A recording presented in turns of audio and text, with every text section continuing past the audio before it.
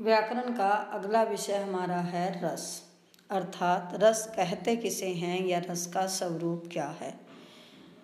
काव्य को पढ़ते, सुनते या नाटक आदि को देखते समय जिस आनंद या सुख की अनुभूति होती है उसे रस कहते हैं। अर्थात कविता, कहानी, उपन्यास, नाटक इत्यादि को पढ़ते, सुनते और देखते हुए जिस आनंद की प्राप्ति होती है या जिस सुख की अनुभूति होती है उसको हम रस कहते हैं। काव्य आस्वादन से प्राप्त रस व्यवहारिक जीवन में प्रयुक्त होने वाला रस शब्द से अलग होता है। यह व्यक्तिगत संकीर्णता से मुक्त एवं अलौकिक होता है। अर्थात जब हम कहानी पढ़ते हैं या काव्य पढ़ते हैं या नाटक देखते हैं तो हम अपने व्यक्तिगत सुख दुखों को भूल जाते हैं और उस पात्र में लीन हो जाते हैं या उस पात्र के सुख दुख को अपना सुख दुख मानकर सुखी या दुखी होते हैं और उस समय हमें जो आनंद मिलता है उसको हम रस कहते हैं।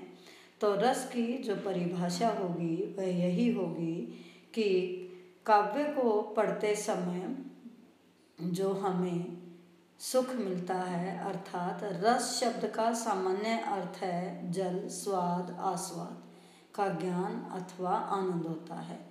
रस शब्द का मूल अर्थ है आनंद, इंद्रिय भोग से लेकर आत्म अनुभूति तक प्रत्येक प्रकार की सुख अनुभूति को रस कहा जाता है। अर्थात जब भी हम कोई भी काव्य पढ़ते हैं, नाटक देखते हैं और जो हमें सुख या दुख मिलता है और उसकी अनुभूति करते हैं तब हम उसको रस कहते हैं। जैसे जब दर्शक या श्रोता को किसी नाटक आदि में राम का अभिनय करने वाले नायक में राम की प्रतीति होने लगती है और दर्शक या श्रोता अपनी निजी सत्ता को भूलकर, अपने सुख दुख को भूलकर उसके सुख से सुखी और दुख से दुखी होने लगता है, अर्थात वह अपनी व्यक्तिगत मानसिक संकीर्णता से ऊपर उठ जाता है और उसे आनंद की प्राप्ति होने लगती है, तो उसको ही हम रस कहते हैं। अर्थात जब आप भी टीवी में नाटक देखते होगे या कोई भी सीरियल देखते होगे तो उस पात्र में